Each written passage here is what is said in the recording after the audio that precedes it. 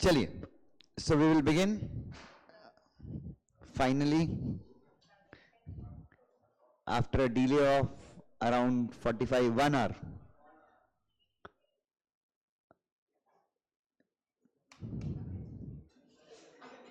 चलिए, हुआ क्या वो ऑन?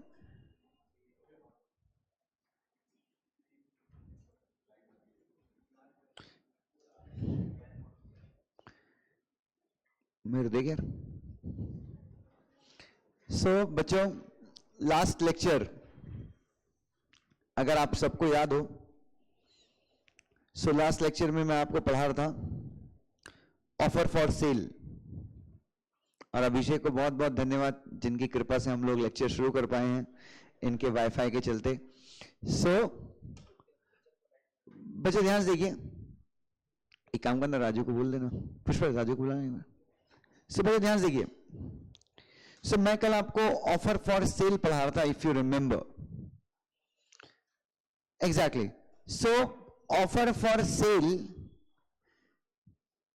क्या होता है? ऑफर फॉर सेल में what exactly happens in offer for sale? So what exactly happens in offer for sale? बच्चों बताइए। Exactly बच्चों, ऑफर फॉर सेल में क्या होता है? जो ऑलरेडी इश्यूड शेयर्स हैं, जो शेयर्स कंपनी ने ऑलरेडी शेयर होल्डर्स को क्या कर दिए हैं? इश्यू कर दिए हैं।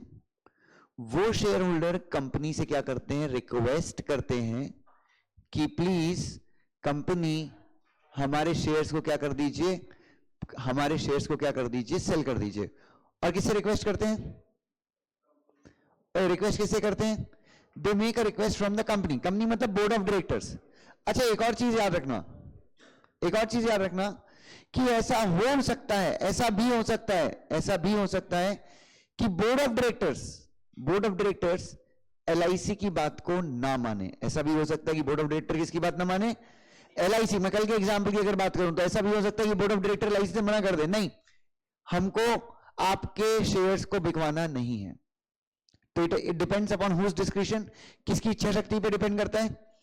बोर्ड ऑफ डायरेक्टर की, क्या वो एग्जिस्टिंग शेयर होल्डर की बात मानते हैं या फिर नहीं मानते। तो ये पहली चीज मैंने बताई थी। दूसरा मैंने ये बताया था कि ऐसा भी हो सकता है कि एग्जिस्टिंग शेयर तो मतलब एग्जिस्टिंग शेयर होल्डर तो बेच ही रहे हैं अपने शेयर, प्लस ये कंपनी बोलती कि हम भी नए शेयर्स इश्यू करेंगे, हम भी क्या करेंगे? नए शेयर इश्यू करेंगे। तो वो क्या हो जाएगा? That would be offer for sale as well as issue of that will be what बेटा? Offer for sale as well as issue of new shares by the company. Yes और no? चलिए, अब इसके बाद कंपनी मतलब कहने का मतलब पब्लिक इश्यू तो हो रहा है।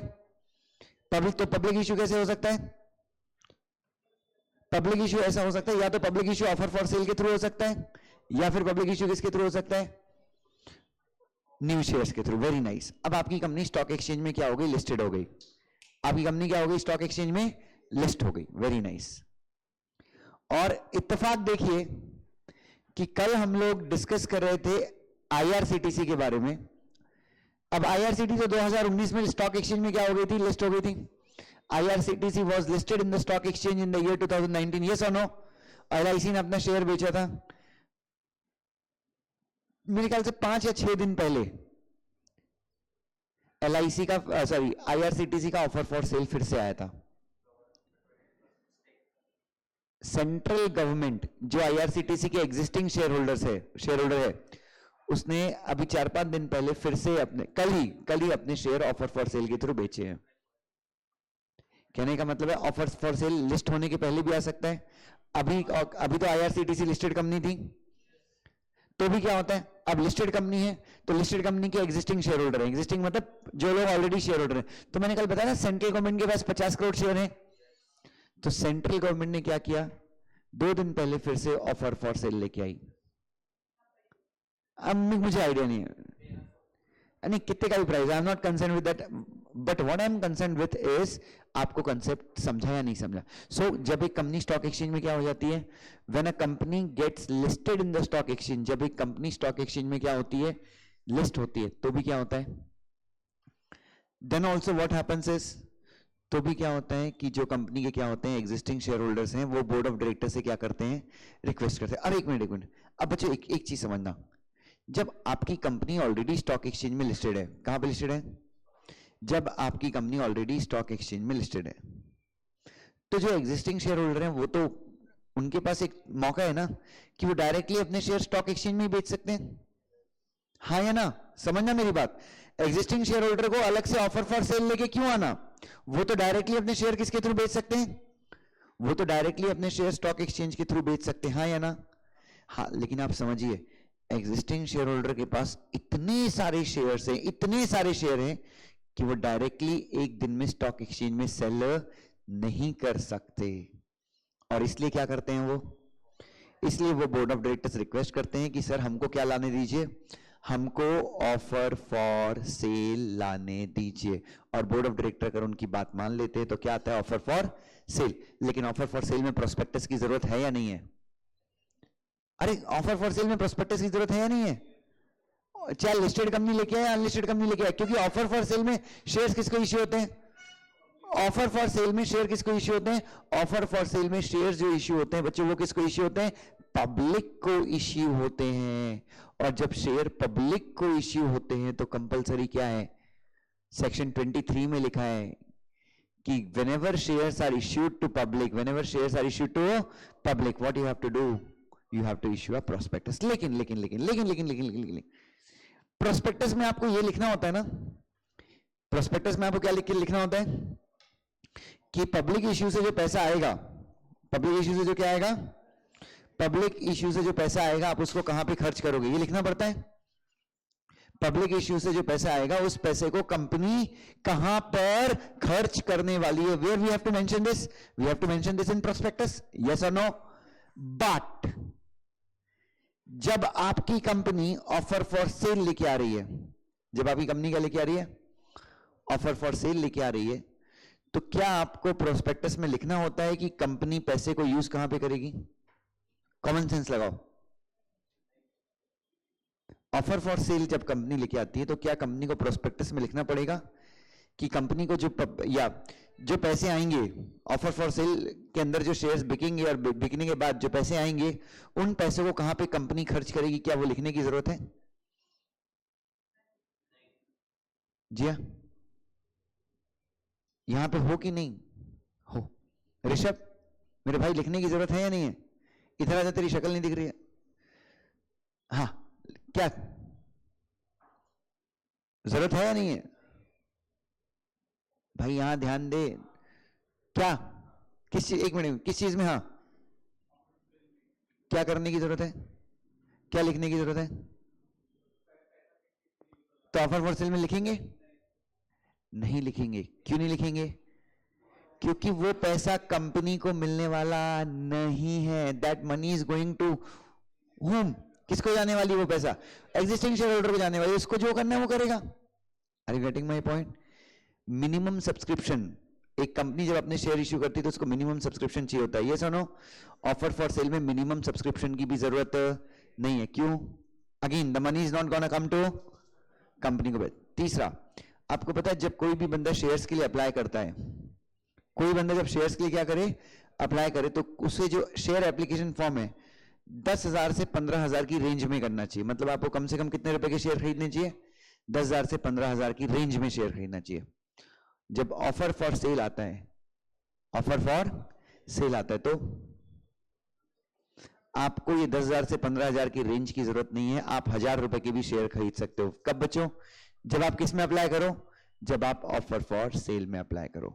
ठीक है, तो प्रोस्पेक्टस में जो आपकी कंपनी जब डायरेक्टली शेयर बेचती है, डायरेक्टली शेयर बेचती है मतलब जब खुद के शेयर बेचती है, तो प्रोस्पेक्टस में बहुत सारी चीजें लिखनी पड़ती है। लेकिन ऑफर फॉर सेल में ऐसी बहुत सारी चीजें जहां पे क्या मिल जाता है, ऐसी बहुत सारी चीजें हैं जिनको डिस्क्लोज करने की जरूरत नहीं है। कहां पे डिस्क्लोज करने की जरूरत नहीं है?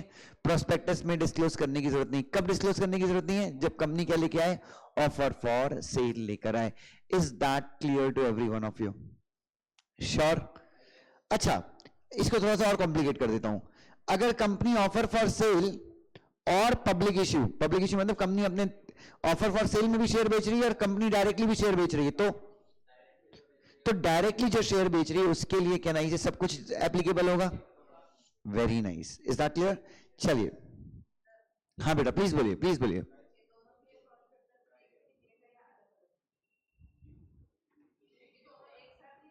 आई वांट कि मुझे आप ये आंसर बताएं, प्रोस्पेक्टस होने के लिए एक लगेगा या अलग अलग लगेगा? प्रोस्पेक्टस एक निकाल दो, उसमें दो अलग अलग डिस्क्लोजर दे दो. Why to form two separate prospectus? Prospectus तो एक ही होगा ना. तो अगर आईपीओ मतलब पब्लिक वाले लोग हैं और मतलब कंपनी भी है और ऑफर फॉर सेल भी है, तो डिस्क्लोजर प्रोस्पेक्टस एक ही रखो. उसमें जो एडिशनल डिस्क्लोजर आपको किसके लिए लगते हैं, न्यू इश्यू के लिए लगते हैं, वो आप उसी में दे दो. Why to make two separate prospectus? Because prospectus बहुत महंगा होता है. प्रोस्पेक्टस में जो डिस्क्लोजर आते हैं, एक नॉर्मल कंपनी का प्रोस्पेक्टस अगर आप गूगल से डाउनलोड करो किसी भी कंपनी का, जैसे ऑफर फॉर सेल का प्रोस्पेक्टस आप आईआरसीटीसी का डाउनलोड कर लेना, कम से कम 350 से 400 पेज का होगा. कम से कम कितने पेज का होगा? 350 से 400 पेज का क्या होगा बच्चों? वो प्रोस्पेक्टस होगा. सो लिसन, चलिए ध्यान से देखते हैं. चलने तो मैं एक काम करता हूं, आगे बढ़ता हूं. अच्छा चलिए, तो ये कौन सा सेक्शन पढ़ाया मैंने आपको? So I discussed with you which section बच्चों? मैंने अपने साथ कौन सा सेक्शन डिस्कस किया है? सेक्शन 28. चलिए एक बार देखते हैं नोट्स में क्या लिखा है. चलिए,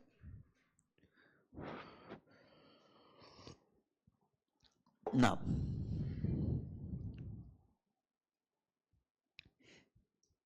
an existing shareholder of the company may of course sell his shares on the stock exchange to another willing buyer. हमने बहुत खूबसूरती से लिखा हुआ है कि एक एग्जिस्टिंग शेयर होल्डर जो है वो क्या कर सकता है? ऑफ कोर्स, बिल्कुल अपने शेयर्स को सेल कर सकता है. किसको? एक इच्छुक खरीदने वाले को. करेक्ट है. और किसके थ्रू? स्टॉक एक्सचेंज के थ्रू. किसके थ्रू? स्टॉक एक्सचेंज के through.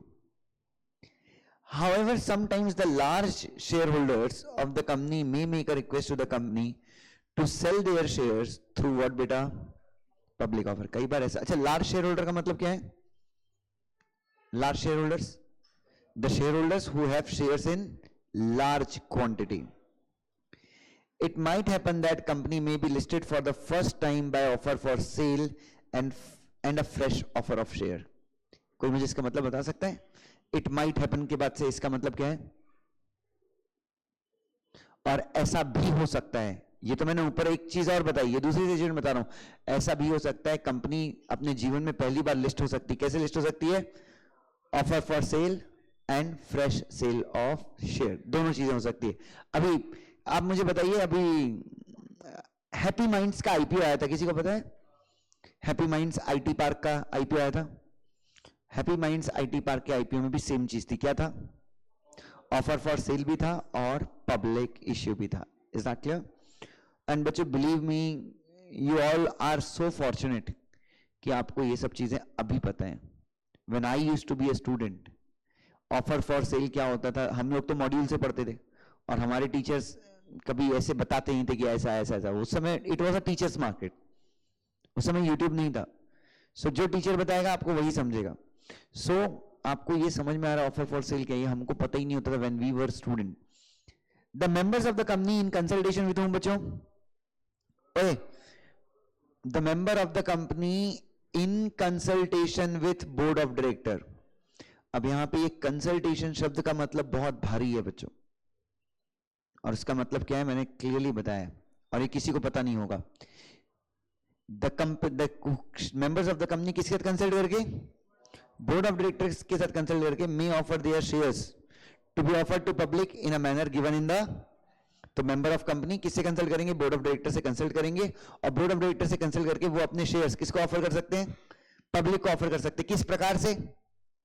In the manner given in the act, जिस प्रकार से कंपनीज एक्ट में दिया है. अब यहां पे देखो, कंसल्टेशन शब्द का मतलब क्या होता है?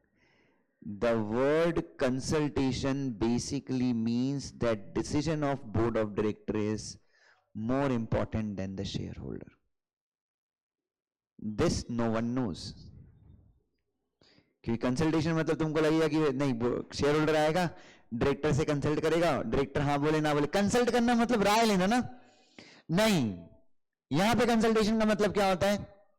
बोर्ड ऑफ डायरेक्टर डिसाइड करेंगे। अगर बोर्ड ऑफ डायरेक्टर को लगता है कि तुम्हारे शेयर पब्लिक को ऑफर होने चाहिए तो होंगे, नहीं तो नहीं होंगे। इसलिए मैंने यहां पे क्लियरली स्पेसिफाई किया है कि कंसल्टेशन का मतलब ये नहीं है, कहीं एग्जाम में ऐसा क्वेश्चन आ गया कि बोर्ड ऑफ डायरेक्टर बोलते हैं कि ऑफ एग्जिस्टिंग शेयर होल्डर को बोलते हैं कि नहीं तुमको तुम्हारे शेयर बेचने नहीं है, एग्जिस्टिंग शेयर होल्डर पीछे पड़े कि बेचना है, तो ऐसा कॉन्फ्लिक्ट हो गया तो जीतेगा कौन? वो बोल रहे शेयर होल्डर, साले क्या लिखा है वहां पे? इंग्लिश में क्लियरली लिखा है। और क्या करूं भाई, कैटरीना कैफ ला के दे दूं तेरे को? The decision of board of director is more important. Is that clear? Now any document issued by the company for sale of such share shall be deemed to be what बेटा? उन शेयर्स को बेचने के लिए company जो भी document निकालेगी उसको क्या मानेंगे? Shall be deemed to be what? Obviously that will be deemed to be मतलब considered to be what बेटा? Prospectus, and the rules relating to prospectus shall apply to the document। मतलब prospectus के ऊपर जो भी रूल एप्लीकेबल होते हैं, मतलब वो सभी के अंदर जो भी डिस्क्लोजर आते हैं वो सारे डिस्क्लोजर कहां पे आएंगे? उस डॉक्यूमेंट के अंदर आएंगे, प्रोस्पेक्टस के अंदर आएंगे, एक्सेप्ट द फॉलोइंग। मतलब उस प्रोस्पेक्टस में अगर आपने ये सारी चीजें डिस्क्लोज नहीं की तो भी चलेगा। कौन कौन सी चीजें? Minimum subscription, minimum application value मतलब 10,000 से लेके 15,000 रुपए तक के शेयर्स के लिए तुमको अप्लाई करना है, इसकी भी जरूरत नहीं है। Details about utilization of funds, जो पैसा आएगा उसको आप कहां यूज करोगे। और लास्ट एनी कोई भी दूसरी प्रोस्पेक्टस से रिलेटेड कोई भी दूसरा प्रोविजन जिसको आप क्या नहीं कर सको, जिसको आप कंप्लाई नहीं कर सको, वो भी आपको कंप्लाई करने की जरूरत नहीं है। The members whose shares are being sold shall authorize the company to offer their shares to the public, and the member shall reimburse। reimburse मतलब चुकाना। reimburse का मतलब क्या होता है? चुकाना। all the expenses to the company in connection with such offer। कल उज्जवल पूछ रहा था मेरे से जब मैं जा रहा था, तो या आप में से किसी ने क्वेश्चन पूछा था क्या कि सर अगर यस कंपनी का खर्चा होगा ना, कंपनी किसके शेयर बेचेगी? मेंबर के शेयर बेचेगी, बट कंपनी का तो खर्चा होगा ना सर। कंपनी को जनरल मीटिंग कॉल करना पड़ेगा, देन प्रोस्पेक्टस प्रिंट करवाना पड़ेगा, मर्चेंट बैंकर हायर करना पड़ेगा, दुनिया भर के आईसीडीआर के अंदर जो प्रोविजन है वो पूरे कंप्लाई करने पड़ेंगे, तो कंपनी का खर्चा होगा। मार्केटिंग करना पड़ेगा, तो ये सारा खर्चा किससे वसूल सकती कंपनी? ये सारा खर्चा कौन पे करेगा? ये सारा खर्चा पे करेगा कौन बच्चों? वो शेयर होल्डर जिनके शेयर्स कंपनी क्या कर रही है? सेल कर रही है। द इश्यू प्रोसीड्स, एक मिनट, इश्यू प्रोसीड्स का मतलब क्या होता है गौतम? इश्यू प्रोसीड्स का मतलब क्या होता है? इश्यू करके जो पैसा आया, इश्यू करके जो क्या आया? पैसा आया, after deducting such expenses will be given to the shareholders. Is that clear? तो वो जो खर्चे हैं वो काट लिए जाएंगे। तो एलआईसी के 25 करोड़ शेयर मान लो बिकते हैं 250 करोड़ में, 250 करोड़ में से कंपनी ने 11 करोड़ रुपए का खर्चा किया था, तो एलआईसी को कितने दे देंगे? 239 करोड़ रुपीस हम किसको दे देंगे? एलआईसी को दे देंगे। Is that clear? So this is offer for cell. ठीक है, एक क्वेश्चन है, क्या है क्वेश्चन? देखिए, what is the question? Read the question.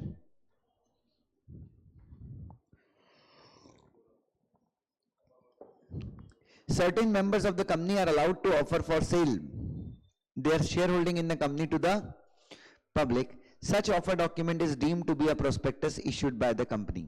इसके ऊपर क्या करना है आपको? कमेंट करना है। What you have to do? You have to comment on this question. Write this question. इसका आंसर अपन क्लास में लिखेंगे। लिखिए क्वेश्चन, आज की राइटिंग प्रैक्टिस भी हो जाएगी अपनी है।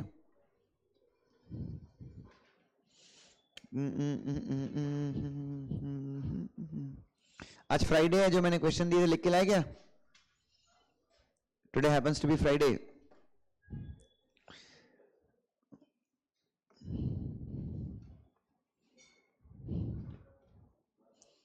चलिए, so will write this answer.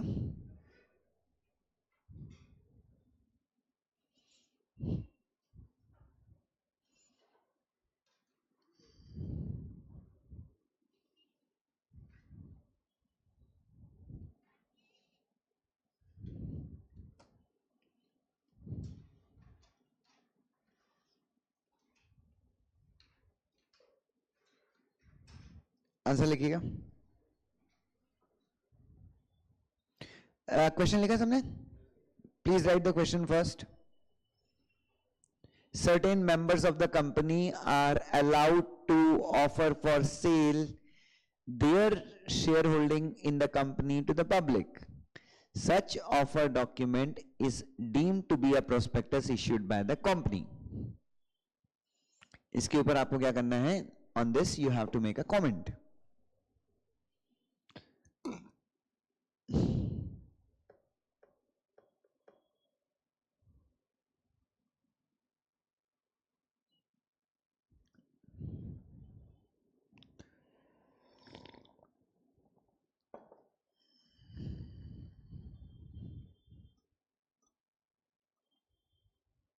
चलिए, लिखा? So we'll write its answer. देखिए धीरे धीरे आप लोगों की राइटिंग प्रैक्टिस और अच्छी होती जाएगी, ठीक है? बट राइटिंग प्रैक्टिस अच्छा करने का सिर्फ एक ही रीजन चीज है कि आपको ज्यादा से ज्यादा क्या करना है, लिखना है. So whatever test I give, मैंने फ्राइडे को कहा था बट आप लोगों ने नहीं किया. मेरे जितने भी ऑनलाइन स्टूडेंट्स हैं, they do everything what ever I से.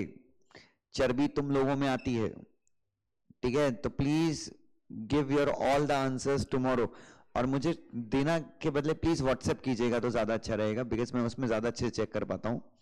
चलिए, so will right answer. Section कौन सा है? 28. तो आंसर लिखेंगे section 28 of companies act 2013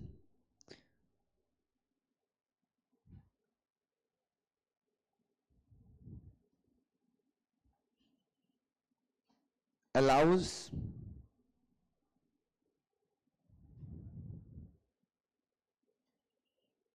the existing shareholders to offer their shares to the public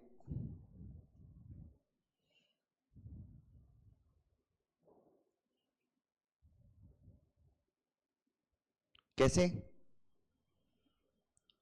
in consultation with board of director. और बच्चों अगर आपने, सुनो ध्यान से, और अगर आपने वो वाली लाइन लिख दी कि कंसल्टेशन का मतलब होता है कि decision of board is more important, बच्चों एग्जामिनर आपके ऊपर फिदा हो जाएगा. क्यों फिदा हो जाएगा? बिकॉज वो जो लाइन है वो मॉड्यूल में कहीं पे भी नहीं है, किसी केस लॉ में वो लाइन नहीं है.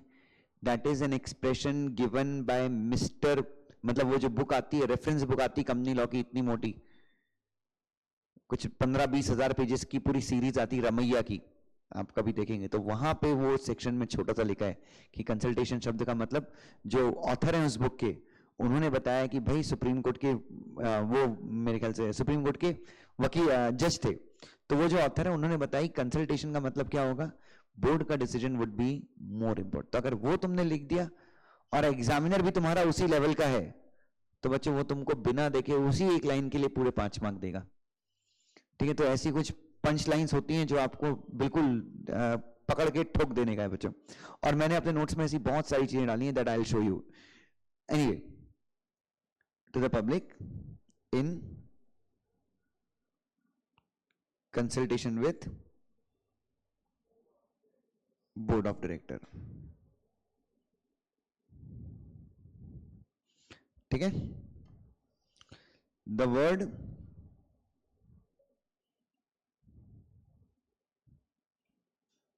consultation used here suggests that decision of board of director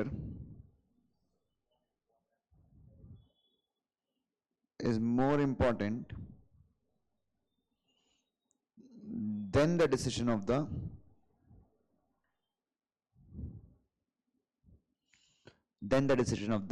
shareholders.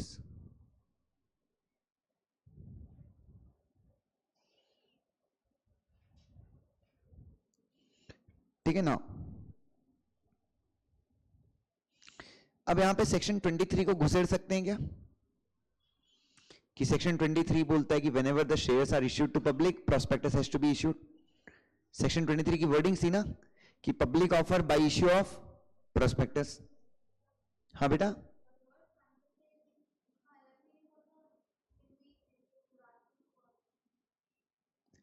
Yes exactly. Consultation का मतलब इट्स नॉट परमिशन.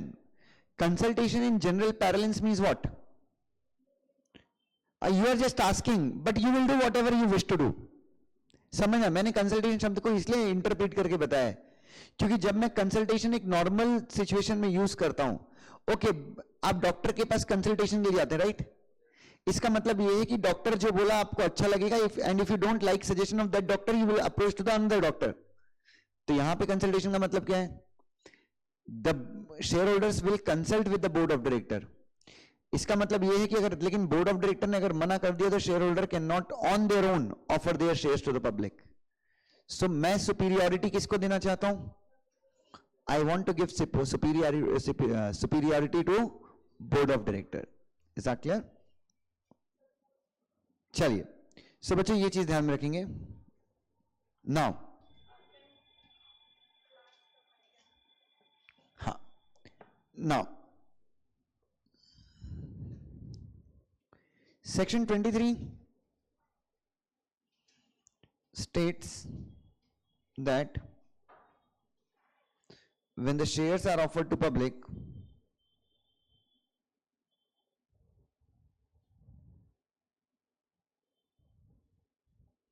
सेक्शन 23 कहता है कि जब शेयर्स किसको ऑफर होते हैं? पब्लिक को ऑफर होते हैं.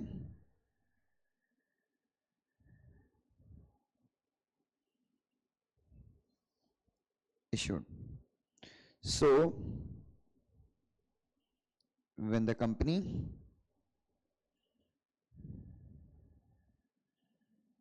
makes offer for sale and issues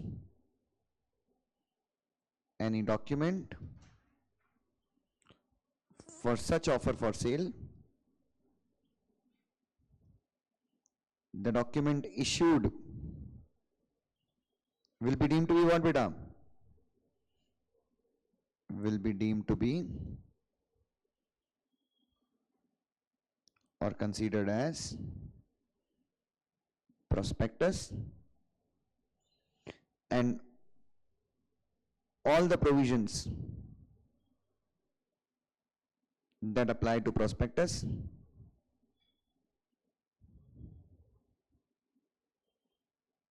will apply to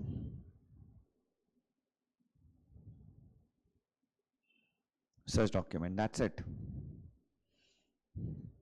सो इतना सा आंसर लिखा है. आई बिलीव मुश्किल से 5 लाइन में आपका आंसर हो गया होगा, 5 या 6 लाइन में. Even if this question comes for 5 marks. हाँ बेटा, even if this question comes for 5 marks you can write this much. और नहीं सर मेरे को इसमें थोड़ा सा और लिखना है तो तुम ये लिख सकते हो, the provision relating to minimum subscription, minimum application size and utilization of fund will not apply to this particular document. ठीक है, will apply to this document except the disclosures relating to minimum subscription, minimum application value, मैं short में लिख रहा हूं, तुम लोग full form लिखोगे, and utilization of funds. That's it. 5 में से कम 4 मार्क्स तो आने चाहिए if you write like this.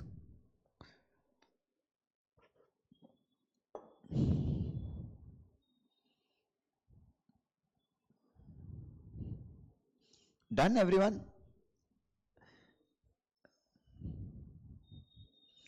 चलिए, विल बिगिन विद सेक्शन 29. हाँ नहीं है 5 है 2-3.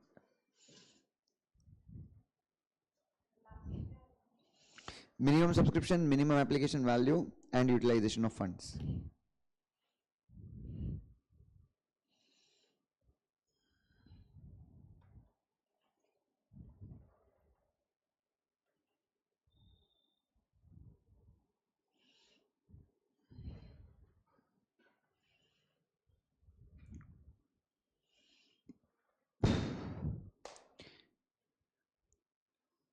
हो गया सबका?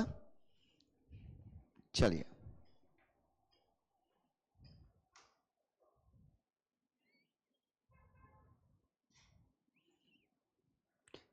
now I'll start with section number 29, which is one of the most simple sections. लिख लेंगे अपने सेक्शन वाली बुक में, बहुत सिंपल सेक्शन है. Yes,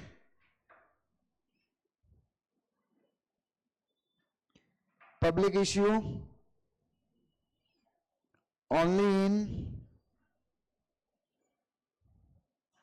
demat form. Section number 29. Section 29 ये बोलता है कि जब भी एक company, whenever a company comes with public issue, जब भी एक कंपनी क्या लेके आती है, जब भी एक कंपनी पब्लिक इश्यू लेके आती है. पब्लिक इश्यू कैसे आ सकता है, अपन ने ऊपर देखा.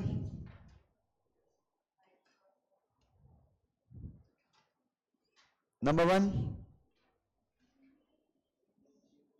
न्यू शेयर्स के थ्रू आता है और ऑफर फॉर सेल के थ्रू आता है. ठीक है. और जब भी आप पब्लिक इश्यू लेके आते हो, आपको कंपलसरी स्टॉक एक्सचेंज में क्या होना पड़ता है. अच्छा, आप स्टॉक एक्सचेंज में लिस्ट हो गए. लिस्ट होने के बाद आप न्यू शेयर इश्यू करते हो, या फिर लिस्ट होने के बाद आप क्या लेके आते हो, ऑफर फॉर सेल लेके आते हो. तो वो क्या बन जाता है, क्या हम उसको एफपीओ बोल सकते हैं? Can we call it FPO? जब आप स्टॉक एक्सचेंज में पहली बार लिस्ट हुए थे तो हम उसको बोलते थे IPO, initial public offering. Initial public offering मतलब पहली बार पब्लिक ऑफर था, चाहे वो ऑफर फॉर सेल के थ्रू हो या फिर नए शेयर्स के थ्रू हो. समझ में आ रहा है ऑफर फॉर सेल या नए शेयर्स में क्यों बोल रहा हूं?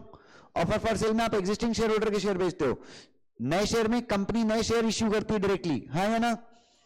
और उसके बाद आप क्या लेके आते हो, आप स्टॉक एक्सचेंज में लिस्ट होने के बाद अगर पब्लिक को नए शेयर इश्यू करते हो या फिर पब्लिक को एग्जिस्टिंग शेयर होल्डर के शेयर बेचते हो, तो जो भी शेयर, जब भी आप शेयर किसको बेचते हो, पब्लिक को इश्यू करते हो. Whenever you issue shares to whom, जब कभी भी आप शेयर्स इश्यू करते हो, किसको शेयर्स इश्यू करते हो, पब्लिक को शेयर इश्यू करते हो. ऑलवेज रिमेंबर, ये जो न्यू शेयर्स हैं,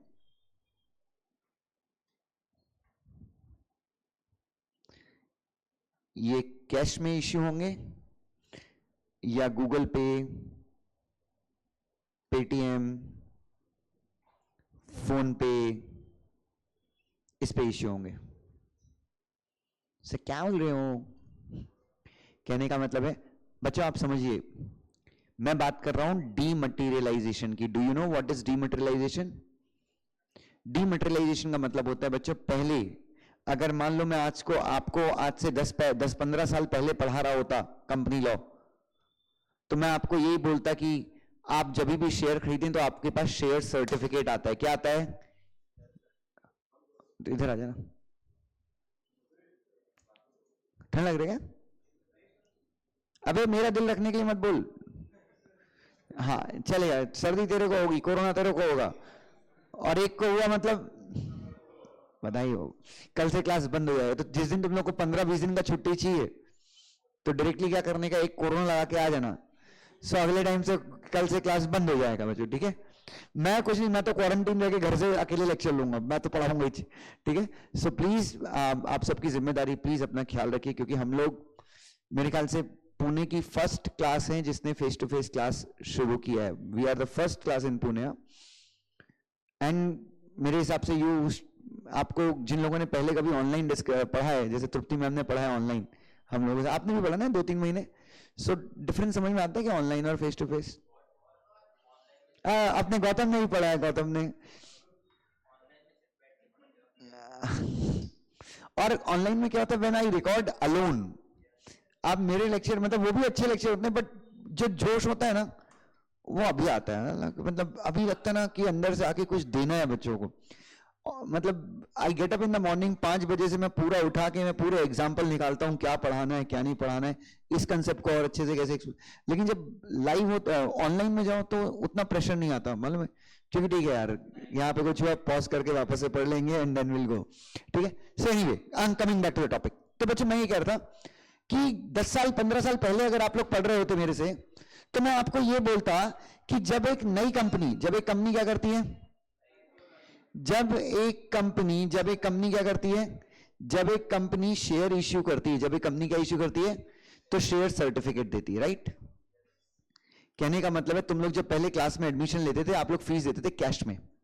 फीस किस में देते थे आप लोग? कैश में। बट अब जमाना बदल गया, अब आप लोग फीस कैश में देते हो या डीमटेरियलाइज्ड मोड में देते हो। समझना, डीमटेरियल मतलब जो कैश है वो मटेरियल है ना, एक पदार्थ है, एक चीज है। लेकिन अब आप गूगल पे से ट्रांसफर करते हो तो आपके अकाउंट से पैसा मेरे अकाउंट में आ गया, वो पैसा मेरे पास दिख रहा है कहीं नहीं, वो सिर्फ कहां पे आ गया, मेरे बैंक अकाउंट में उसकी एक एंट्री हो गई, मैंने देख लिया दुष्यंत जैन के अकाउंट में 40,000 क्रेडिट हो गया, दुष्यंत जैन खुश। समझ रहे हो? वर्चुअल हैप्पीनेस, हैप्पीनेस है। पहले कैसा हैप्पीनेस था?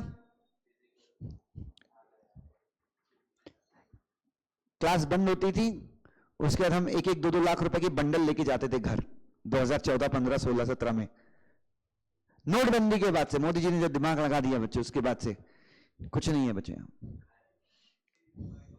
300 रुपए जेब में, वो भी वापस जाते जाते मेथी, चने, केले और 4-5 चीज लेनी है तो 300 रुपए लेके आए हैं। हाँ, फोन पे गूगल पे चलता नहीं है शायद, वहां पे मोस्ट ऑफ द जगह पे नहीं चलता, जो लोग सस्ता बेचते हैं उनका नहीं होता। तो समझ में आ रहा मैं क्या बोल रहा हूं? सो डिजिटाइजेशन हो गया बच्चों हर एक चीज का। इन द सेम मैनर तो हमारा कंपनीज एक्ट तो काफी समझदार है, उसने क्या कह दिया कि जब भी एक कंपनी पब्लिक ऑफर लेके आएगी तो शेयर उसको सर्टिफिकेट फॉर्म में इश्यू नहीं करना है, ठीक है। कौन से फॉर्म में इश्यू नहीं करना है? सर्टिफिकेट फॉर्म में इश्यू नहीं करना है। उसको कौन से फॉर्म में इश्यू करना है? डिजिटल फॉर्म में शेयर्स इश्यू होंगे। डिजिटल फॉर्म मतलब कौन सा फॉर्म? Dematerialised form. सो जब भी आपकी कंपनी पब्लिक ऑफर लेके आएगी, जब भी आपकी कंपनी क्या लेके आएगी? पब्लिक ऑफर लेके आएगी। दैट पब्लिक ऑफर में, उस पब्लिक ऑफर में जो भी शेयर्स इश्यू होंगे वो आपको सर्टिफिकेट फॉर्म में मिलेंगे या फिर आपके अकाउंट में क्रेडिट होंगे। अच्छा, कैश अपन कौन से अकाउंट में रखते हैं? कैश अपन बैंक अकाउंट में रखते हैं। उसी प्रकार से शेयर्स रखने के लिए भी एक अकाउंट होता है। What that account is called as? That account is called as demat account. Is that clear? अब एक और चीज ध्यान से सुनिएगा, एक और चीज ध्यान से सुनिएगा। अब बच्चों हमारे मन में एक भ्रांति है, एक हम कंफ्यूजन रहता है हमारे मन में कि अगर मैं आपसे पूछूं ना कि ऐसी कौन सी कंपनीज हैं जिनको अपने शेयर्स इलेक्ट्रॉनिक फॉर्म में रखना मैंडेटरी है, तो आप सीधे मुझे बोलेंगे ऐसी कंपनी जो क्या हुए हैं, स्टॉक एक्सचेंज में लिस्टेड है। करेक्ट है? मैं भी यही मानता हूं। ऐसी कंपनियां जिनके शेयर्स कहां पे लिस्टेड हैं? जिनके शेयर स्टॉक एक्सचेंज में लिस्टेड हैं, उन कंपनीज को कंपल्सरली अपने शेयर कौन से फॉर्म में मेंटेन करने हैं? इलेक्ट्रॉनिक फॉर्म में। लेकिन हाल फिलहाल में सेंट्रल गवर्नमेंट ने एक रूल बनाया है, rule 9A of companies prospectus and allotment of securities rules. मतलब मैं बताया ना सेक्शन के साथ में क्या इंपॉर्टेंट है? Rules important. उसमें यह कहा गया है, सुनिएगा ध्यान से, क्या कहा गया है? उसमें यह कहा गया है अनलिस्टेड पब्लिक कंपनीज को भी क्या करना है? अनलिस्टेड पब्लिक कंपनी, समझना कौन सी कंपनीज? ऐसी कंपनियां जिनका स्टॉक एक्सचेंज से कोई लेना देना नहीं है, बट जो क्या है? पब्लिक है। पब्लिक है मतलब प्राइवेट नहीं है। अच्छा, सेक्शन 29 तो ये बोलता है कि प्राइवेट कंपनीज और अनलिस्टेड पब्लिक कंपनीज, इनको क्या करना चाहिए? इनको भी क्या करना चाहिए? अपने नए शेयर्स डीमटेरियल फॉर्म में इश्यू करना चाहिए।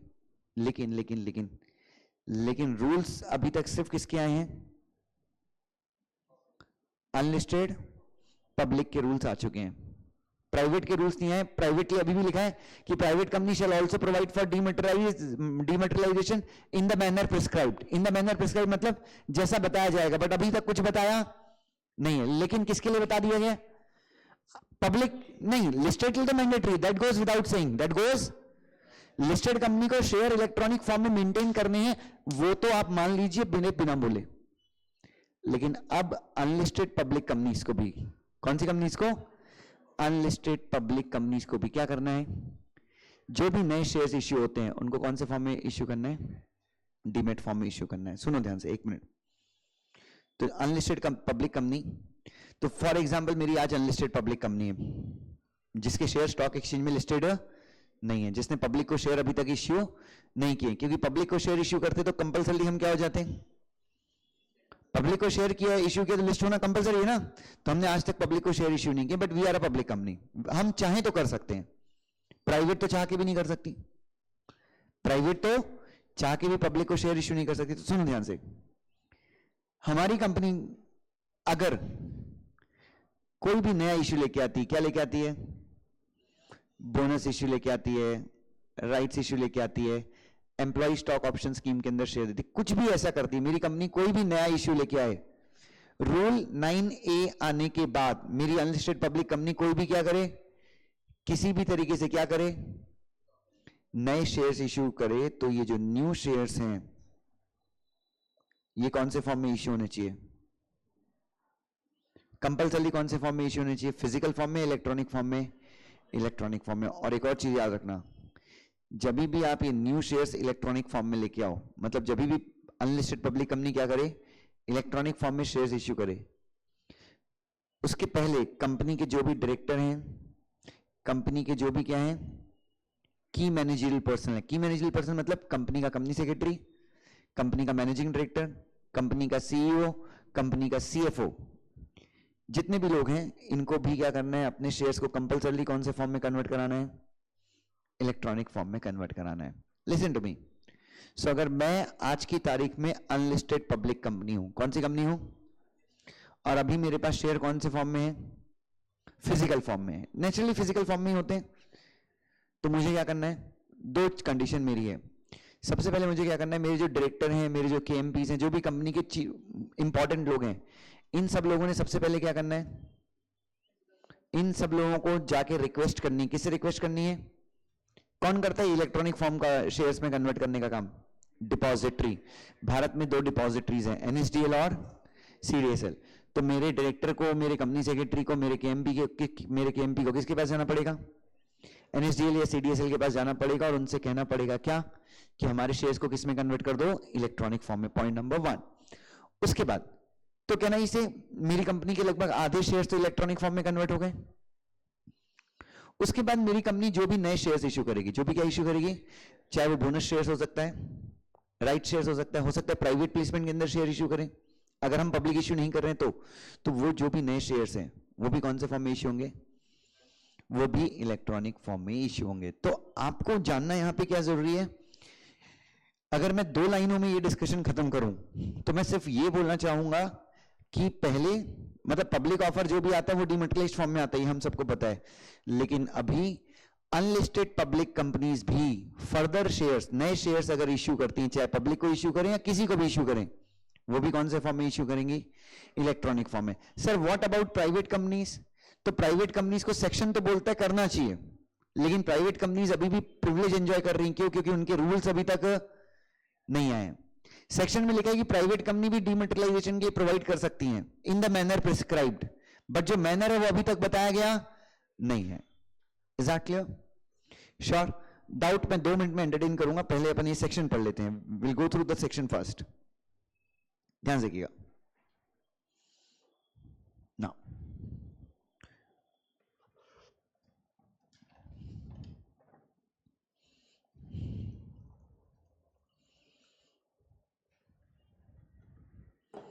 चलिए देखिए क्या लिखा है बच्चों।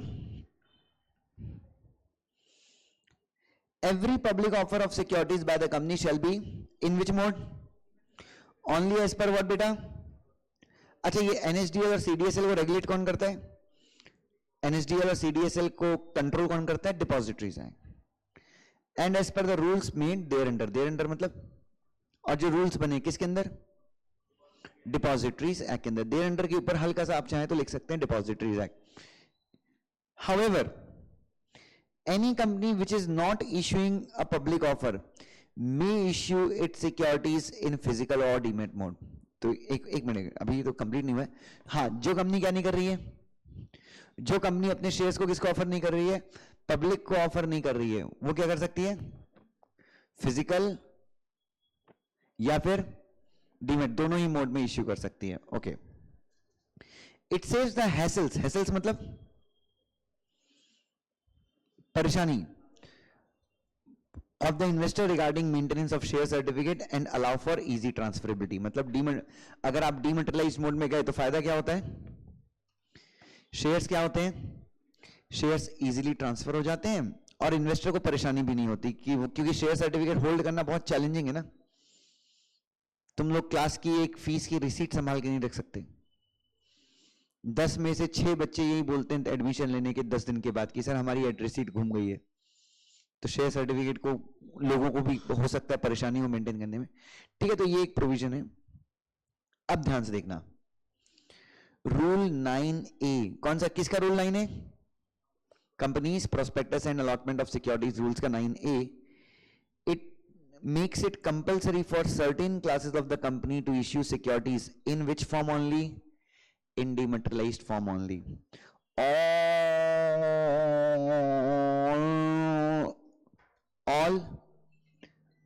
all unlisted public companies, कौन सी कंपनी बच्चों, all unlisted public companies are mandated.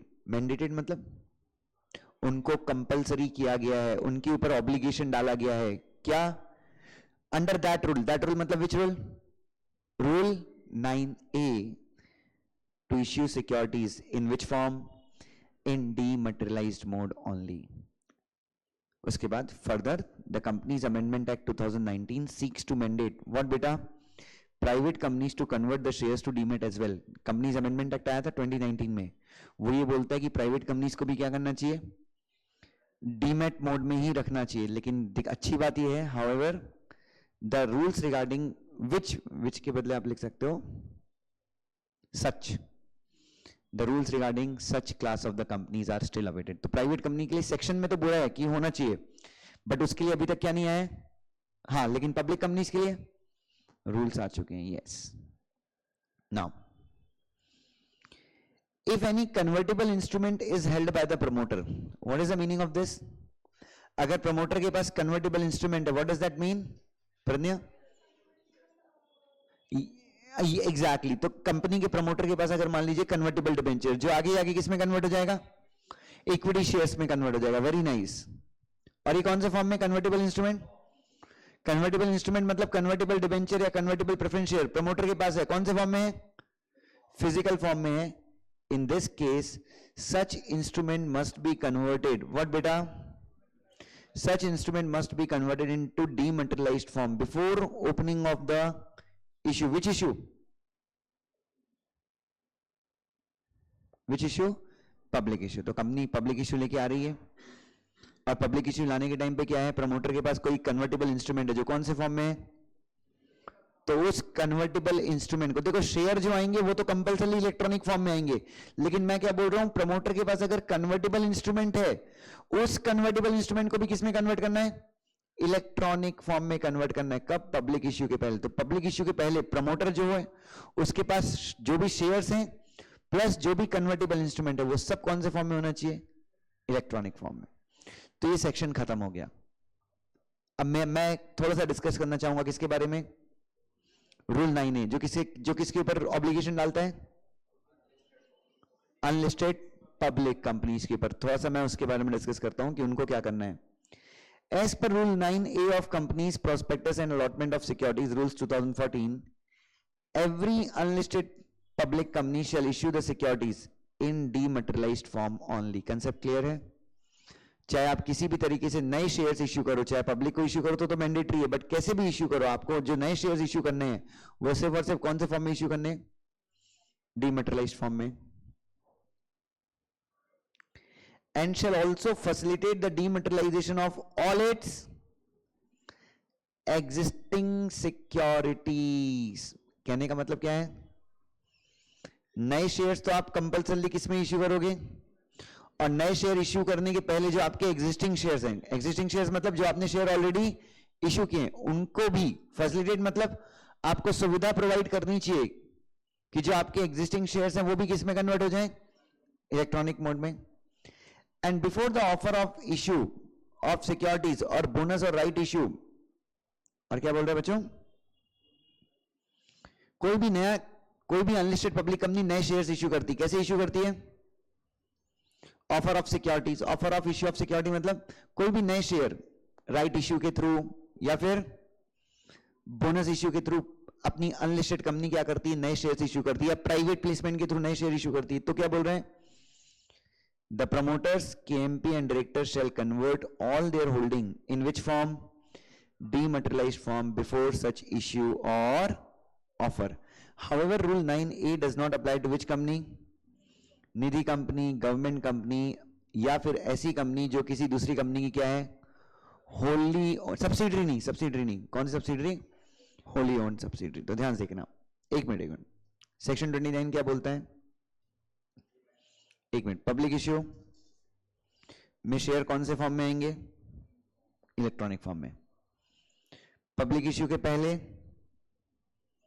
Promoter के पास अगर कोई कन्वर्टेबल इंस्ट्रूमेंट है तो उसको भी कंपल्सरी किस में कन्वर्ट कर दो, इलेक्ट्रॉनिक फॉर्म में. कन्वर्टेबल इंस्ट्रूमेंट की बात कर रहा हूं मैं, उसको भी इलेक्ट्रॉनिक फॉर्म में कन्वर्ट कर दो. ये हो गया पहला. दूसरा, unlisted public company, unlisted public company में न्यू शेयर्स तुम जो भी इश्यू कर रहे हो, अगर आप राइट, अच्छा न्यू शेयर इश्यू कर रहे हो या ऑफर कर रहे हो, जैसे राइट इश्यू में क्या होता है, न्यू शेयर्स इश्यू होते हैं, हां, लेकिन किसको इश्यू होते हैं, सिर्फ एग्जिस्टिंग शेयर होल्डर को. मतलब न्यू शेयर्स ऑफर होते हैं किसको, एग्जिस्टिंग शेयर होल्डर को. Right issue, bonus issue, private placement, sweat equity shares, employ stock option scheme, ये सारे तरीके हैं जिसके थ्रू क्या करेगी, unlisted public company share issue करेगी. हाँ या ना, नहीं सर वो तो पब्लिक इश्यू भी करेगी, अरे पब्लिक इश्यू करेगी तो ऊपर आ जाएगा. बट ऐसे कोई भी इश्यू करती है, कौन करती है, अगर अनलिस्टेड पब्लिक कंपनी, तो उसका ये जिम्मेदारी कि जो भी नए शेयर इश्यू करे वो कौन से फॉर्म में इश्यू करे, number 1. Plus new shares issue करने के पहले प्रमोटर, डायरेक्टर, केएमपी, इनके पास जो कंपनी के शेयर्स हैं वो कंपल्सरी कौन से फॉर्म में आ जाने चाहिए, इलेक्ट्रॉनिक फॉर्म में. प्लस इसके अलावा जितने भी कंपनी के एग्जिस्टिंग शेयर जिन भी लोगों के पास हैं उनके भी शेयर्स कंपल्सरी कौन से फॉर्म में होने चाहिए, इलेक्ट्रॉनिक फॉर्म में कन्वर्ट होने चाहिए. What about private companies, so companies act 2019 जो है वो प्राइवेट कंपनीज को भी ये बोलती मैंडेटरी करता है क्या, कि उन्होंने भी नए शेयर्स कैसे इश्यू करने चाहिए, डीमटेरियलाइज्ड फॉर्म में. बट अभी तक क्या नहीं आए हैं, उसके ऊपर रूल्स नहीं आए हैं, इसलिए प्राइवेट कंपनीज के लिए अभी डीमटेरियलाइजेशन मोड मैंडेटरी नहीं है. So this was my discussion on section 29. Now if you have any doubt please do ask. तो ये मेरा डिस्कशन था. Please ask your doubts, Madhavi, Ayush, Tanmay and everyone.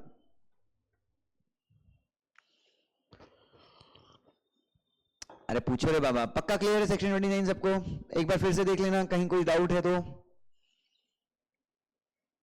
उसके बाद मैं काफी अच्छा डिस्कशन शुरू करूंगा.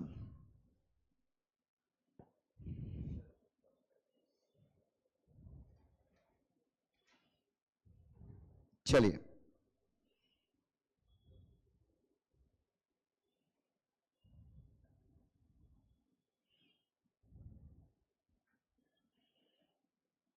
पक्का क्लियर है सबको,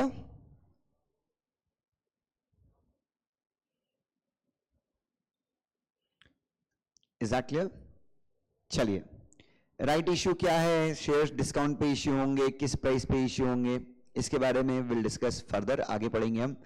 अभी फिलहाल let us stick to section 29 only. Right issue में अभी फिलहाल आप इतना ध्यान में रखिए कि अपन किसको शेयर्स देते हैं, एग्जिस्टिंग शेयर होल्डर को. बाकी चीजें अपन राइट इश्यू के बारे में we can discuss later on. ठीक है. बोनस इश्यू क्या है, कुछ नहीं, एग्जिस्टिंग शेयर होल्डर्स को अपन शेयर्स क्या करते हैं, फ्री में देते हैं। बट अगेन इसके ऊपर लंबा चौड़ा डिस्कशन हम आगे करेंगे सेक्शन 63 में। चलिए, so as of now we would begin with section with what बेटा, चलिए अपने रूल वाले नोट्स के रूल्स में लिख लीजिएगा, नोट्स के। अच्छा, section 30 is an advertisement of prospectus, हम आगे पढ़ेंगे सेक्शन 30, अगर चाहिए तो लिख लो, सेक्शन 30 भी लिख सकते हो, एडवर्टीजमेंट ऑफ प्रोस्पेक्टस, इसका एक्सप्लेनेशन मैं आगे करूंगा।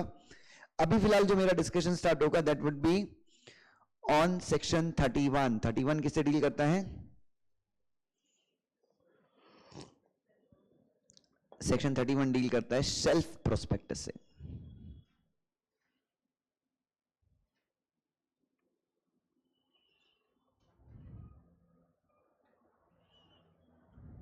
हेडिंग डालेंगे,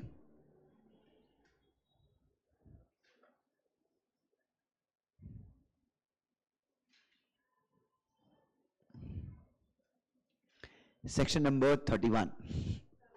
हाँ बेटा, हाँ रूल्स भी लिख लो, अगर आपको चाहिए तो प्लीज रूल्स भी लिख लीजिए, बट रूल्स नहीं लिखे तो भी चलेगा। ये सब रूल 10 रूल 11 बच्चों, ये क्योंकि इतना अपने को प्रैक्टिकल देखा जाए तो एग्जाम में याद नहीं आएगा, सो लिखो वही जो हम याद रख सकते हैं। तो अगर आपने एग्जाम में ये भी लिखा ना section 31 plus companies prospectus and allotment rules तो भी चलेगा, ठीक है। और अगर रूल 11 लिखना है, रूल 10 लिखना है तो you can write, there is no problem. चलिए, सो फिलहाल मैं आपके साथ डिस्कस करूंगा, किसके बारे में, सेल्फ प्रोस्पेक्टस। अच्छा, सेक्शन 29 कौन सी कंपनीज को एप्लीकेबल नहीं होता, गवर्नमेंट कंपनी को, निधि कंपनी का मतलब कुछ नहीं, जो अबे फेंक के मारूंगा, सेक्शन 8 कंपनी बोलता है साले। निधि कंपनी का मतलब ऐसी कंपनी जो लोगों से डिपॉजिट्स एक्सेप्ट करती है। क्या एक्सेप्ट करती है, डिपॉजिट्स एक्सेप्ट करती है, लोगों से पैसे लेती है और उसी पैसे को लोगों को बतौर लोन दे देती है, ठीक है। निधि कंपनी के बारे में हम लोग एसबीसी में मेरे ख्याल से 2-2.5 घंटे का डिस्कशन करेंगे, और जिन बच्चों ने ऑलरेडी किया है वो किया। तो निधि कंपनीज भी हम बेसिकली, हाँ लेकिन बेसिक के लिए ये चीज याद रखो कि निधि कंपनी का मतलब क्या होता है, ऐसी कंपनी जो अपने शेयर, अपने लोगों से क्या लेती है, पैसे लेती है, चिट निकालती है, जिसके नाम का चिट निकला उसको पैसे देती है, और उससे क्या लेती है, इंटरेस्ट लेती है, ठीक है। चलिए, अच्छा, और एक ऐसी कंपनी जो किसी दूसरी कंपनी की होली ओन्ड सब्सिडरी है, तो ये एक्स लिमिटेड है, ये वाई लिमिटेड है। एक्स लिमिटेड जो है वो कौन सी कंपनी है, होल्डिंग कंपनी है। एक्स लिमिटेड जो है वाई लिमिटेड में कितने परसेंट शेयर होल्ड करती है, सुनिएगा ध्यान से, अगर एक कंपनी में एक कंपनी में कोई दूसरी कंपनी कितने परसेंट शेयर होल्ड करती है, वाई लिमिटेड के 10,000 शेयर्स थे, और पूरे के पूरे 10,000 शेयर किसके पास हैं, अगर किसी एक ही कंपनी के पास है, किसके पास है, आपकी कंपनी के 100% शेयर कोई दूसरी कंपनी होल्ड करती है, तो आपकी कंपनी क्या बन जाती है, होली ओन्ड सब्सिडरी। सो होली ओन्ड सब्सिडरी को भी डीमेट फॉर्म में शेयर इश्यू करने की जरूरत नहीं है। क्यों नहीं है राधा, प्रज्ञा, अरे सीधी बात है, ये होली ओन्ड सब्सिडरी जो भी नए शेयर इश्यू करेगी, किसको इश्यू करेगी, दुनिया भर को इश्यू करेगी या एक ही को इश्यू करेगी, तुझ संग प्रीत लगाई सजना, यस और नो, तो एक ही को शेयर इश्यू करेगी। तो ये जिसको एक को शेयर इश्यू करेगी, ये शेयर संभाल के रख सकता है ना, क्योंकि मेरे 100% शेयर आपके पास हैं। Are you getting my point? तो मैं जब भी नए शेयर इश्यू करूंगा मैं आपको ही इश्यू करूंगा, तो शेयर ट्रांसफर का कोई दिक्कत नहीं, क्योंकि आप मेरे शेयर ट्रांसफर नहीं करेंगे, क्योंकि आपने अगर मेरे शेयर किसी और को दे दिए तो मैं आपकी होली ओन्ड सब्सिडरी नहीं रहूंगी। होली ओन्ड सब्सिडरी का एक ही पति होता है, वो एक पति होली ओन्ड सब्सिडरी में क्या रखता है, 100% शेयर्स रखता है। इसीलिए होली ओन्ड सब्सिडरी कभी भी न्यू शेयर इश्यू करे, भले वो अनलिस्टेड पब्लिक कंपनी, वो कौन से फॉर्म में इश्यू कर सकती है, फिजिकल फॉर्म में इश्यू कर सकती है। Is that clear? हाँ, लेकिन होली ओन्ड सब्सिडरी अगर क्या लेके आए, पब्लिक इश्यू लेके आ जाए तो बच्चों जिस दिन होली ओन्ड सब्सिडरी सोच लेती कि मुझे पब्लिक इश्यू लेके आना है, उस दिन वो होली ओन्ड सब्सिडरी नहीं रहती है, और फिर उसको डीमेट मोड में ही लाना पड़ेगा। कंसेप्ट क्लियर है सबको? चलिए, सो अब मैं किसके बारे में डिस्कस करूंगा बच्चों? Now I will discuss self prospectus. अब बच्चों ये शेल्फ वर्ड क्या है? बच्चों नहीं पता मुझे बेसिकली क्या होता है शेल्फ, क्या होता है ये, बट मुझे एक चीज बहुत अच्छे से पता है कि पहले जो है गाड़ियों में किक होता था। सही है क्या स्पेलिंग? कि KIC क्या होता है? ओके। सो पहले गाड़ियों में किक होता था, and you know how difficult is to kick मारना। अभी किसी को बोला तो जान पे आता है किक मारना। टाइम से हम लोग आगे निकल गए। बट आप में से कई लोगों को याद होगा आपके पिताजी के पास स्कूटर हुआ करता था। मेरे पिताजी के पास भी था जब मैं 7th 8th में था। इनफैक्ट मैं जब 10th क्लास तक में था तो मेरे पिताजी के पास एक स्कूटर था, बजाज चेतक। आप सबको पता है उस समय हमारे पापा का फेवरेट स्कूटर चेतक था। और मेरे ख्याल से हाँ, आपके बाद की जो 2 से 3 बैच आएंगी ना, दूसरी तीसरी, उसको ये कुछ पता नहीं होगा कि चेतक क्या होता था। उसको वो एक्टिवा वाले जमाने वाली जनरेशन रहेगी। And the worst thing was कि बारिश और ठंड के टाइम पे मेरे पिताजी बेचारे स्कूटर को बच्चों यही करते रहते थे बच्चों। एंड मैं गाली कैसे सीखा? मैं बहुत गाली देता हूं बच्चों। उस स्कूटर की कृपा से मैं गाली सीख गया, क्योंकि हमारे पापा क्या करते थे, 8-10 किक मारते थे, गुस्सा आता था, ठीक है, और मैं पापा के सामने खड़ा रहता था तो मेरे को बोलते थे कान बंद कर, तो मैं ऐसे कान बंद करता था। ठीक है। सो ये किक के कंसेप्ट के चलते my father was very much annoyed, he was disturb, frustrated.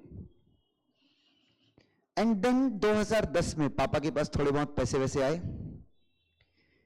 And then he bought Bajaj Caliber Croma करके एक नई गाड़ी आई थी, और उसमें बटन स्टार्ट था, सेल्फ स्टार्ट था, जैसे एक्टिवा और सुजुकी वगैरह में होता है ना, आरटी है, स्कूटी में होता था। और बच्चों फिर उनकी लाइफ इसमें सेल्फ स्टार्ट था। And then my father was very happy. बच्चों हमको लगता था हमारे घर में मर्सिडीज बेंज आ गई है, कि बच्चों कितनी अच्छी लाइफ थी। मतलब पापा बेचारे सुबह सुबह उठते थे, जब ऑफिस जाना होता था निकल जाते थे। So life actually became very easy for us, correct है? तो ये सेल्फ प्रोस्पेक्टस और ये जो गाड़ी का सेल्फ है, इन दोनों का कोई रिलेशन नहीं है। अगर ये एग्जाम्पल मैं किसी और को दूं तो मेरे को लात मार के निकाल देगा। बट मुझे एक चीज समझ में आती कि सेल्फ से मेरे पापा की लाइफ क्या हो गई, और इस सेल्फ प्रोस्पेक्टस से कुछ भी कुछ क्या हुआ है, कुछ ना कुछ तो क्या हुआ है, इजी हुआ है। नाउ बच्चों आपने एक बार प्रोस्पेक्टस फाइल किया। When do we file prospectus? बच्चों when do we file prospectus? हम लोग प्रोस्पेक्टस कब फाइल करते हैं? जब अपने को क्या लेके आना होता है, पब्लिक ऑफर लेके आना या पब्लिक इश्यू लेके आना पड़ता है। और एक बार प्रोस्पेक्टस फाइल करके आप एक ही पब्लिक इश्यू लेके आ सकते हो, राइट? एक प्रोस्पेक्टस की वैलिडिटी क्या है? एक इश्यू। ऐसी कई भिखारी कंपनीज होती हैं जिनको पैसों की जरूरत हर 2 महीने में पड़ती है। देयर आर कंपनीज जिनको क्या है बच्चों, ऐसी कुछ कंपनीज होती हैं जिनको फ्रीक्वेंटली पैसों की जरूरत पड़ती है।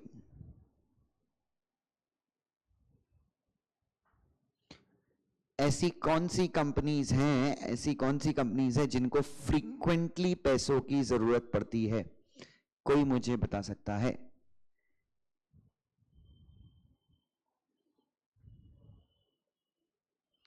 Which are the companies that frequently require funds? आप बोल सकते हैं banks, non banking financial companies. इनको पैसों की जरूरत तुरंत पड़ती है। स्टेट बैंक ऑफ इंडिया को तुम आज 10,000 करोड़ रुपए दो, 2 दिन में खत्म कर देगा। अंधेरा कुआं है बच्चों, बस डालते जाओ डालते जाओ। Punjab national bank. ऐसे बैंक्स को आप पैसा दो 2 दिन में खत्म कर देंगे। क्यों? क्योंकि इनको लोन्स देने हैं। क्या है? इनका कोई भी बैंक हो उसका बिजनेस किस पे चलता है? लोन देके ही चलता है। नॉन बैंकिंग फाइनेंशियल कंपनी वो आपका सेविंग बैंक अकाउंट नहीं खोलती, बट उसका भी काम क्या होता है? लोगों को लोन देना। सो इनको पैसों की जरूरत फ्रीक्वेंटली पड़ती है। फ्रीक्वेंटली मतलब आज दे दिया, उसके 1 महीने के बाद दोगे, ये वापस से खर्च कर देंगे, क्योंकि इनका बिजनेस ही वही है। बैंक्स का सबसे बड़ा एसेट क्या है? बैंक्स का सबसे बड़ा एसेट क्या है? Cash. Because when they have the cash they can disburse it, they can disburse it. जब उनके पास कैश है तो वो कैश को क्या कर सकते हैं? डिसबर्स कर सकते हैं। दूसरी होती है इंफ्रास्ट्रक्चर कंपनीज।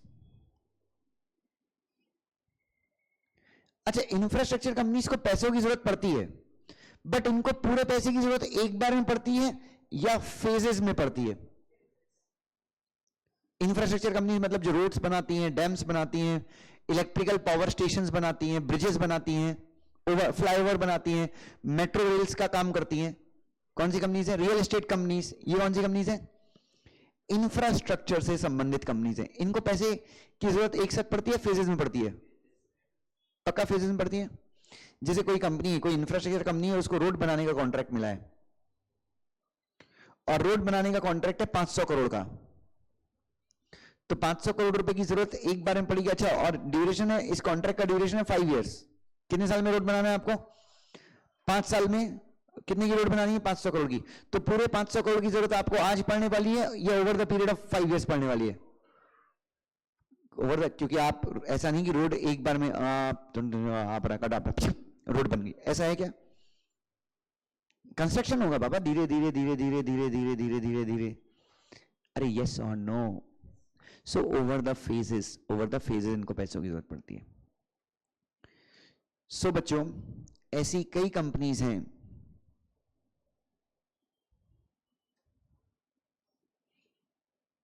जो 1 साल में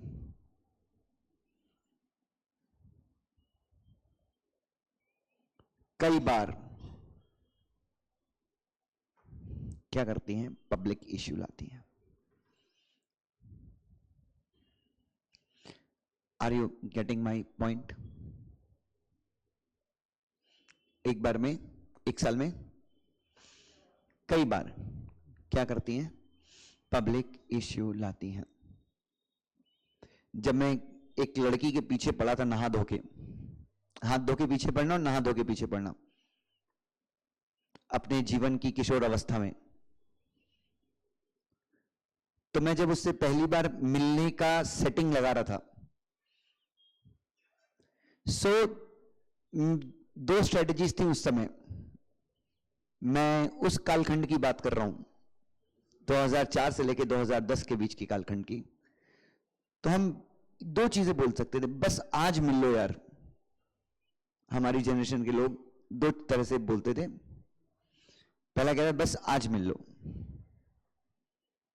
और दूसरा था एक बार मिल लो। नहीं सॉरी, दूसरा था सिर्फ मिलो यार, मजा आएगा। तो ये 2 टाइप के शब्दों के थ्रू जो नर भेड़ है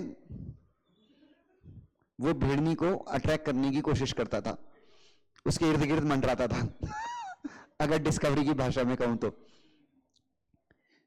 सो बच्चों, बस आज मिल लो और मिलो यार, इन दोनों में डिफरेंस क्या है? इस बंदे को सिर्फ एक ही बार फंड्स की जरूरत है,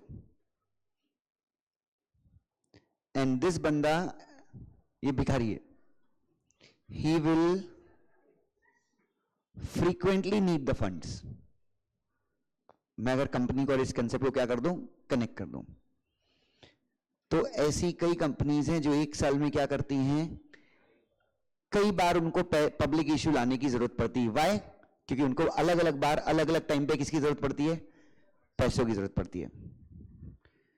तो बच्चों, एक बार आपने प्रोस्पेक्टस फाइल किया, उसके 3 मंथ्स के बाद आपको वापस से पैसों की जरूरत पड़ी, आप वापस से आईपीओ, पहली बार में आप आईपीओ ले आए, उसके बाद आपको 3 महीने के बाद वापस से जरूरत पड़ी, आप क्या लेके आ गए?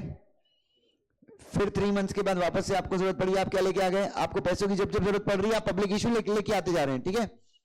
अब बच्चों यहां पे दिक्कत ये हो रही है, यहां पे सबसे बड़ी परेशानी का सबब ये है कि आपको हर बार क्या करना पड़ेगा, नया प्रोस्पेक्टस इश्यू करना पड़ेगा। प्रोस्पेक्टस क्रिएट करना, प्रोस्पेक्टस बनाना बच्चों का खेल नहीं है। It requires guts, it requires efforts, it requires immense hard work. बहुत मेहनत लगती है बच्चों। वो सभी जो बैठी है ना ऊपर, प्रोस्पेक्टस का एक एक कॉमा चेक करके कमेंट देती कि ये गलत है, ये गलत है, ये गलत है। तो प्रोस्पेक्टस बनाना तो एक बार है, वो सभी के साथ, सभी से उस प्रोस्पेक्टस पे कमेंट्स लेना बहुत डिफिकल्ट है बच्चों। तो बच्चों क्या नहीं से वो कंपनियां तो बेचारी बाहर ही चली जाएंगी, स्टॉक मार्केट से में कभी आएंगी नहीं। कौन सी कंपनियां? जिनको बार बार हर 3-4 महीने में पैसों की जरूरत पड़ती है। मोदी जी बोलते हैं ईज ऑफ डूइंग बिजनेस। अगर ये सिस्टम है, साला 3 महीने के बाद अगर पैसा चाहिए और हर बार प्रोस्पेक्टस इश्यू करना पड़े, तो क्या कहां से आएगा ease of doing business? Getting my point? Scooter का किक मारो बार बार, टेढ़ा करके ताढ़ा करके किक मारो बार बार, आदमी तो परेशान हो जाएगा। तब कंसेप्ट आया कौन सा? तब एक कंसेप्ट आया, which concept came? The concept of self prospectus came into the picture. और सबसे बेहतरीन चीज क्या है सेल्फ प्रोस्पेक्टस की? आप इसे एक बार फाइल कर दीजिए। किसके साथ? सभी को मैं घुसेड़ दूंगा बीच में, हालांकि सभी हमारे डिस्कशन का केंद्र बिंदु नहीं है, हमारे डिस्कशन का इंपॉर्टेंट पॉइंट नहीं है सभी। सिर्फ हम थोड़ा बहुत सभी को रेफर करेंगे। क्यों? क्योंकि सभी हम पढ़ते हैं, हमारा अलग सब्जेक्ट है एसएलसीएम, वहां पे हम सिर्फ सभी सभी सभी सभी सभी पढ़ेंगे। तो सेल्फ प्रोस्पेक्टस आपको क्या करना है? एक बार आरओसी के साथ क्या करना है, और एक बार आपने सेल्फ प्रोस्पेक्टस आरओसी के साथ फाइल कर दिया, उसके बाद आप जब सेल्फ प्रोस्पेक्टस फाइल करने के बाद क्या लेके आएंगे? जिस दिन आप क्या लेके आएंगे? जिस दिन आप क्या लेके आएंगे? सेल्फ प्रोस्पेक्टस फाइल करने के बाद जिस दिन आप पहली बार क्या लेके आएंगे? जिस दिन आप पहली बार पब्लिक इश्यू लेके आएंगे, सेल्फ प्रोस्पेक्टस फाइल करने के बाद जिस दिन आप क्या लेके आएंगे? पहला पब्लिक इश्यू लेके आएंगे, उसके 12 मंथ्स तक, कितने मंथ्स तक? आप जितने चाहें उतने पब्लिक इश्यू लेकर आ सकते हैं। आपको कोई न्यू प्रोस्पेक्टस वापस से फाइल करने की जरूरत नहीं है। कहने का तात्पर्य ये है कि सेल्फ प्रोस्पेक्टस की वैलिडिटी क्या है? सिर्फ एक इश्यू तक है या फिर 12 मंथ्स की है? And can I say self prospectus will work as a blessing for which companies? Normal companies या फिर those companies which require funds at regular intervals? Those companies that require funds in phases, अलग अलग time पे जिनको funds चाहिए over the period of 1 year, yes or no? वो companies क्या issue कर सकती हैं? Self prospectus। अब एक छोटा सा एग्जाम्पल देखते हैं, ठीक है बच्चों, ध्यान से किया। सो आपने एक बार क्या फाइल कर दिया? 1 जन 2020 को आपने क्या फाइल कर दिया? 1 जन 20, एग्जाम्पल दे रहा हूं, 1 जन 2020 को आपने क्या फाइल कर दिया? सेल्फ प्रोस्पेक्टस फाइल कर दिया। और उसके बाद पहला इश्यू लेके आए, पहला ऑफर लेके आए। पब्लिक ऑफर कब लेके आए आप? 1 Feb 2020 को आप क्या लेके आए? फर्स्ट ऑफर लेके आए। तो कहां से 1 साल के लिए वैलिड कहां से रहेगा? यहां से 1 साल या फिर 1 Feb से 1 साल? 1 Feb से 1 साल, करेक्ट है। आप जितने इश्यू लेके आए ला सकते हैं। अच्छा, पहला ऑफर कब लेके आए थे? 1 Feb को। आप दूसरा ऑफर लेके आ रहे हैं, मान लीजिए 1 अप्रैल 2020 को आप अगला पब्लिक इश्यू लेके आ रहे हो। पहला पब्लिक इश्यू आपका यहां पे आ गया था। अब सुनिएगा ध्यान से, पहले पब्लिक इश्यू के बीच, पहले पब्लिक इश्यू और जो second public issue, subsequent public issue है, कितने महीने गैप है? लगभग मान लो कितने महीने गैप है? 3 मंथ्स का गैप है। फरवरी मार्च सॉरी 2 मंथ्स का गैप है। कितने महीने गैप है? इन 2 मंथ्स के बीच में क्या नहीं से आपके एसेट्स की पोजीशन चेंज हुई होगी ना?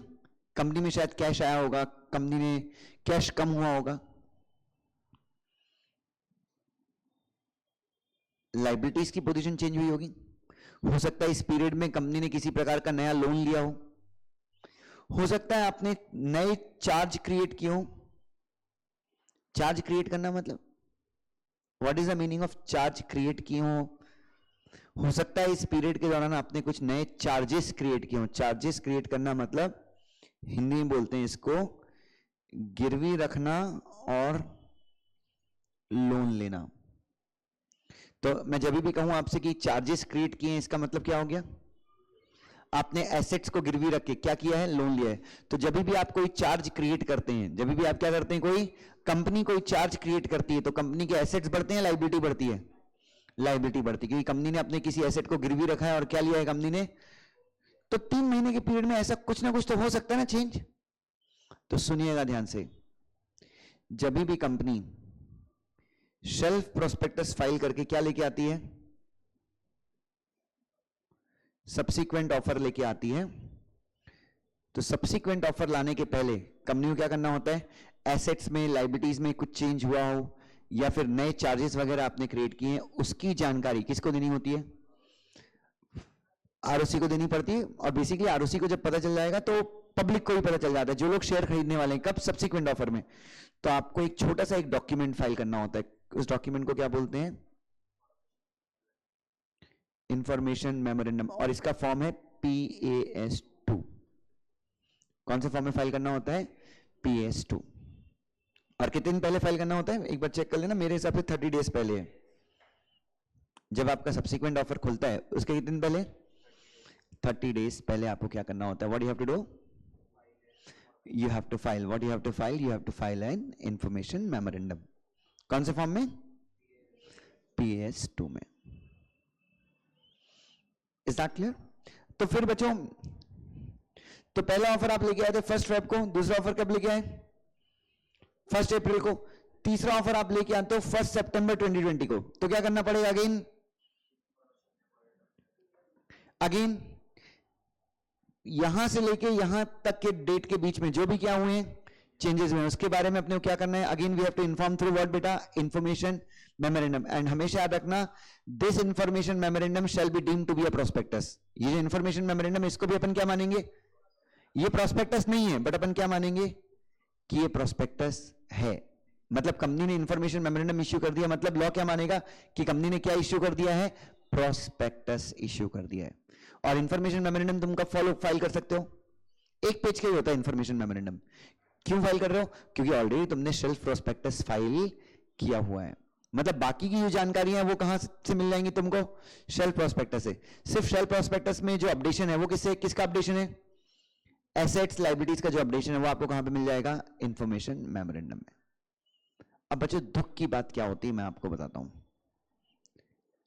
आपने फर्स्ट ऑफर कब लाया था? 1 फरवरी को ना। और एक ऑफर आप ला रहे हो मान लो 1 सितंबर को। बच्चों अच्छा, मुझे एक और चीज बताओ, 1 फरवरी को जिन लोगों ने शेयर्स के लिए अप्लाई किया होगा, उन लोगों ने क्या पढ़ के अप्लाई किया होगा शेयर्स के लिए? पक्का 1 फरवरी को जिन लोगों ने अप्लाई किया होगा, उन लोगों ने शेल्फ प्रोस्पेक्टस पढ़ के अप्लाई किया होगा? पक्का? और 1 सितंबर को जो लोग शेयर्स के लिए अप्लाई करेंगे, वो लोग क्या पढ़ के अप्लाई करेंगे? शेल्फ प्रोस्पेक्टस भी पढ़ेंगे प्लस इंफॉर्मेशन मेमोरेंडम भी पढ़ेंगे। अब ऐसे कई इन्वेस्टर होंगे, सुनिएगा ध्यान से। आपका इश्यू भले ही कब खुलेगा? 1 सितंबर को खुलेगा, बट ऐसे कई इन्वेस्टर हो सकते हैं जो 1 सितंबर के पहले भी आपको क्या दे दें? आपके शेयर्स खरीदने के लिए आपको बोल दे कि मुझे शेयर चाहिए। कब बोल दें? आपका इश्यू भले कब खुलेगा? 1 सितंबर के लिए। जो बड़े इन्वेस्टर्स होते हैं ना, रिच इन्वेस्टर्स, बैंक्स वगैरह, ये लोग क्या करते हैं? पब्लिक इश्यू खुलने के पहले क्या करते हैं? पब्लिक इश्यू खुलने के पहले ही कंपनी को पैसे देते हैं कि मैं शेयर लूंगा, ठीक है। तो बच्चों अगर मान लो कोई ऐसा इन्वेस्टर है जिसने क्या किया हो बच्चों, जिसने सेल्फ प्रोस्पेक्टस पढ़ के क्या दे दिया हो, कंपनी के शेयर्स क्या कर लिए हो, सब्सक्राइब कर लिए हो। कौन से इश्यू वाले? 1 सितंबर को जो कंपनी का पब्लिक इश्यू आ रहा है, हो सकता है उसमें कुछ ऐसे इन्वेस्टर्स ने शेयर के लिए अप्लाई कर दिया हो जिन लोगों ने क्या ना पढ़ा हो, इंफॉर्मेशन मेमोरेंडम ना पढ़ा हो, और क्या पढ़ के, सेल्फ प्रोस्पेक्टस पढ़ के शेयर के लिए अप्लाई कर दिया हो। Are you getting my point? अब बच्चों उस इन्वेस्टर की गलती नहीं है, वो बेचारा तो तुम्हारे पर बहुत ज्यादा क्या कर रहा है, ट्रस्ट कर रहा है, उसने इंफॉर्मेशन मेमोरेंडम पढ़ा ही नहीं। What did he do?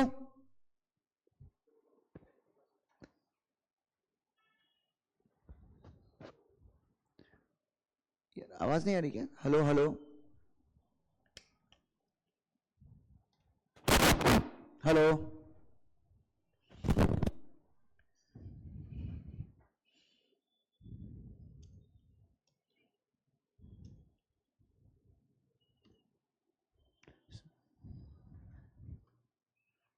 हाँ। सो ऐसे भी कई इन्वेस्टर हो सकते हैं जो क्या करें बच्चों, ऐसे भी कई इन्वेस्टर हो सकते हैं जो क्या करें, जो सेल्फ प्रोस्पेक्टस ना पढ़ें, सॉरी इंफॉर्मेशन मेमोरेंडम ना पढ़ें, और सेल्फ प्रोस्पेक्टस के आधार पे क्या कर दें, आपको पैसे दें। कौन से इश्यू में? ये वाले इश्यू में, सब्सिक्वेंट इश्यू में। वो बेचारे आपके ऊपर ट्रस्ट करते हैं ना। तो ऐसे लोगों को आप एक अपॉर्चुनिटी दोगे। किस चीज की अपॉर्चुनिटी दोगे? कि वो लोग चाहें तो अपना एप्लीकेशन क्या कर सकते हैं, विड्रॉ कर सकते हैं। क्यों? क्योंकि उन्हें कंपनी की ताजा स्थिति के बारे में इल्म या जानकारी नहीं है। तो उनको आप बोल सकते हो कि सर आपने इंफॉर्मेशन मेमोरेंडम नहीं पढ़ा है, ये इंफॉर्मेशन मेमोरेंडम है, ये पढ़ लीजिए। अगर आपको ये वाले जो भी इंफॉर्मेशन मेमोरेंडम में चेंजेस हुए हैं, अगर आपको वो सूटेबल लगते हैं तो आप अप्लाई कीजिए, अदरवाइज हम आपके पैसे क्या कर देंगे, वापस कर देंगे। Is that clear? So do you think self prospectus is useful? But concept भले ही दिया है, बट रियलिटी में अगर मैं कहूं तो सेल्फ प्रोस्पेक्टस का इस्तेमाल बहुत कम होता है। इनफैक्ट हार्डली पिछले 10 साल में एक आध कंपनीज होगी जिसने सेल्फ प्रोस्पेक्टस फाइल किया होगा। रीजन? इट्स डिफिकल्ट कि तुम एक इश्यू लेके आओ, भले ही प्रोस्पेक्टस दूसरा फाइल नहीं करना, बट उसके बाद 3 महीने के बाद दूसरा इश्यू लेके आ जाओ। पब्लिक इश्यू अपने आप में एक शादी कराने से भी डिफिकल्ट काम होता है बच्चों, in the life of a company secretary. So anyway, basic clear है सबको सेल्फ प्रोस्पेक्टस का? Sure everyone? अभी तक मैंने आपको पढ़ाया नहीं है, I have just told you the basics, concepts, philosophy. सबको क्लियर है? पक्का? राधा जिया क्लियर है बेटा? चलो